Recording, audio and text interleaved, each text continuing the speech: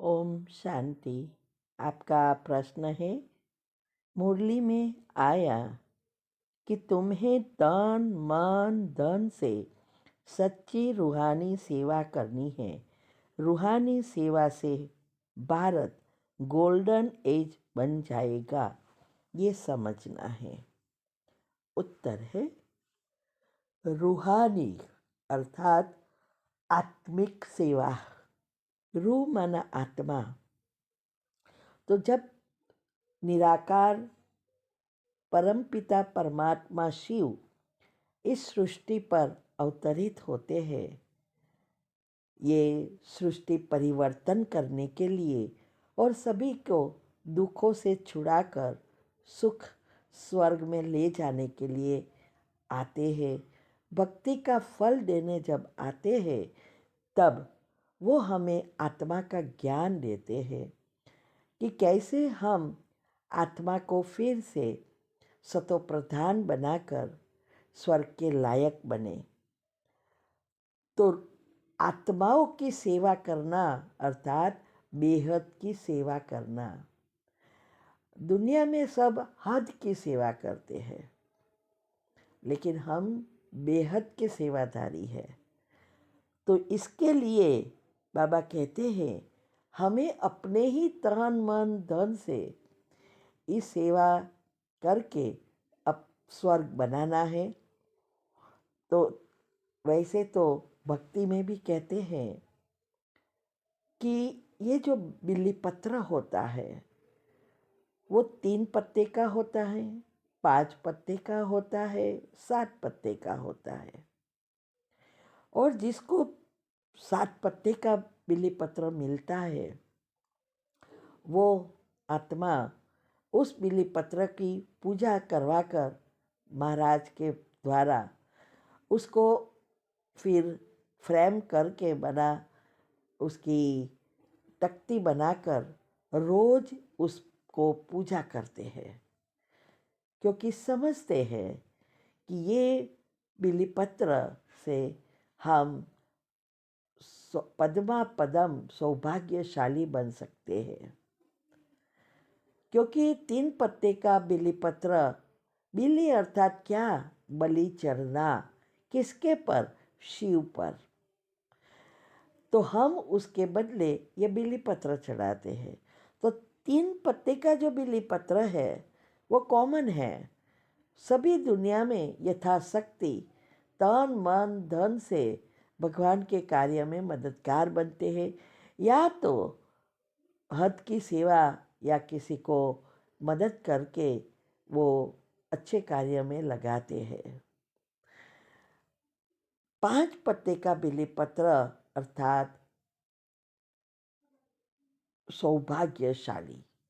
3 पत्ते का बिलीपत्र भाग्यशाली बनते हैं, 5 पत्ते का सौभाग्यशाली।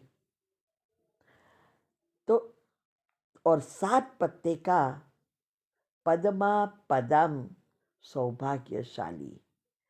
तो 7 पत्ते का बिलीपत्र अर्थात तन मन धन, संबंध संपर्क समय संकल्प और श्वासोश्वास, ये सब भगवान के कार्य में हम जब लगाते हैं, तो हम स्वर्ग में पहले जन्म में श्री कृष्ण के साथ उसके राज्य में और उसके घराने में आने के लायक बन जाते हैं।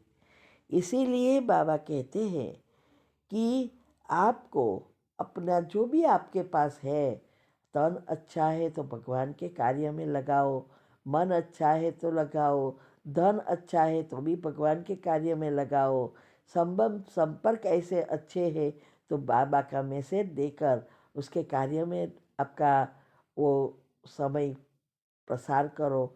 समय श्वासोश्वास, तो ये तब होगा जब हमारे आत्मा के गुण एक्टिव होंगे, क्योंकि आत्मा के 7 गुण ही मुख्य है। तो ये विधि सिर्फ एंड सिर्फ परमात्मा आके ही बता रहे हैं।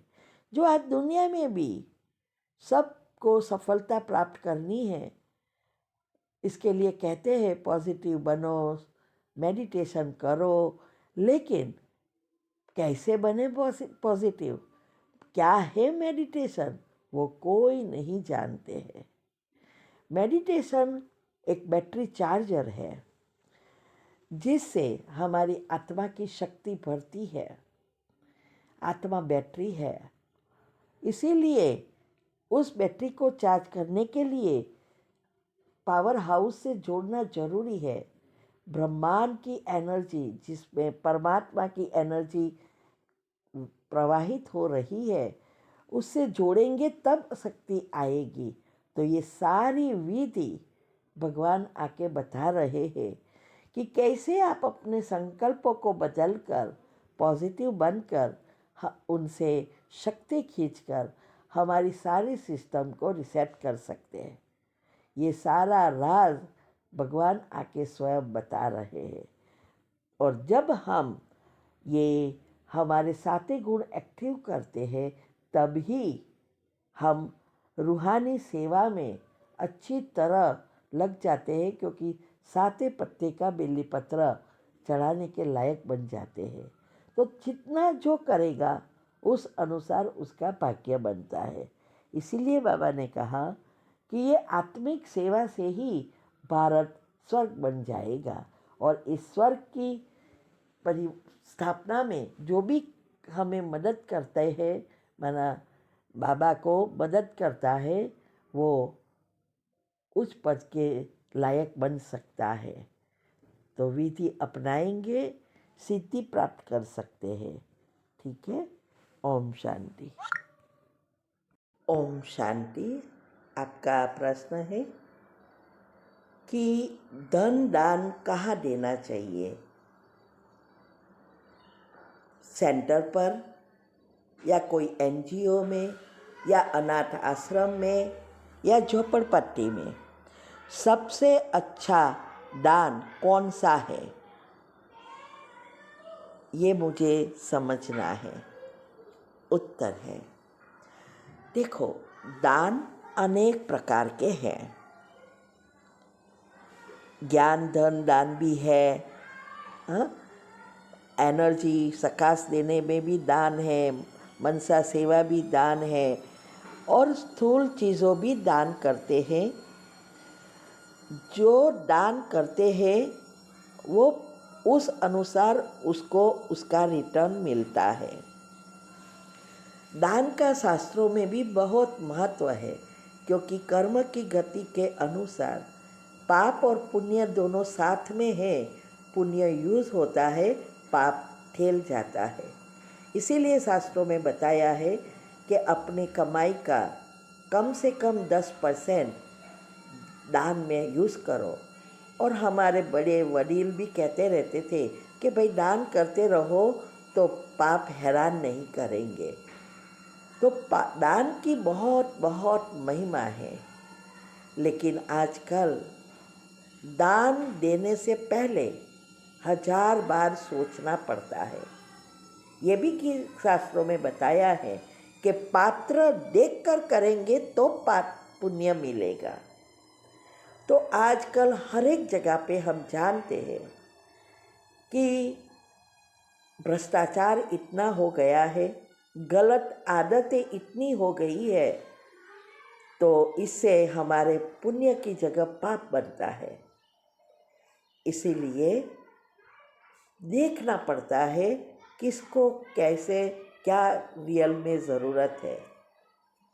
मैंने बहुत जगह पे देखा है कि जो ऐसे जो संस्थाएं हैं वो लोग ही बहुत पैसा यूज़ करते हैं, और वो भी गलत काम में भी कई बार यूज़ करते हैं। ये तो छोड़ो, आजकल तो धार्मिक संस्थाओं में भी ऐसा हो रहा है।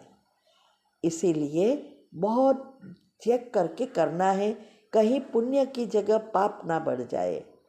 और इसी वजह से अभी कलयुग में पाप बहुत बढ़ गए और पुण्य कम हो गया, दुख बढ़ गया, सुख कम हो गया।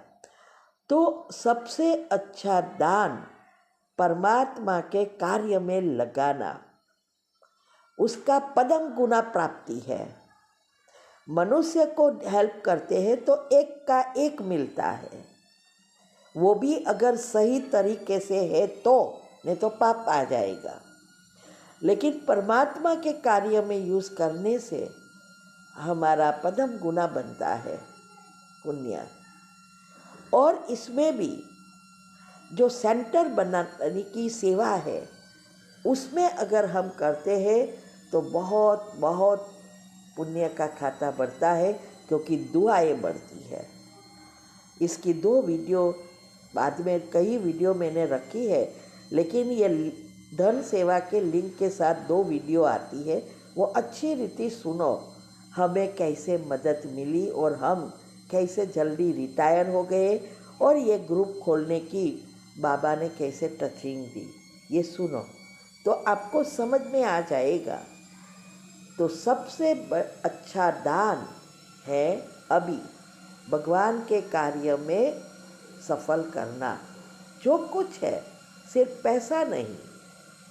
मैंने इसीलिए अगले प्रश्न में भी बताया, 7 पत्ते का बिली पत्र और 11 रस, वो बिली पत्र नहीं, पत्ते चलाए वो बिली पत्र नहीं, ये बलि चढ़ना, भगवान के कार्य में यूज़ करना, जो कुछ हमारे पास है, तन मन धन संबंध संपर्क समय संकल्प श्वासोश्वास और 11 रस माना 11 प्रकार के रस है, 5 ज्ञानेंद्रिया, 5 कर्मेंद्रिया और 1 मन, और 11 रस को हमें वश करना है।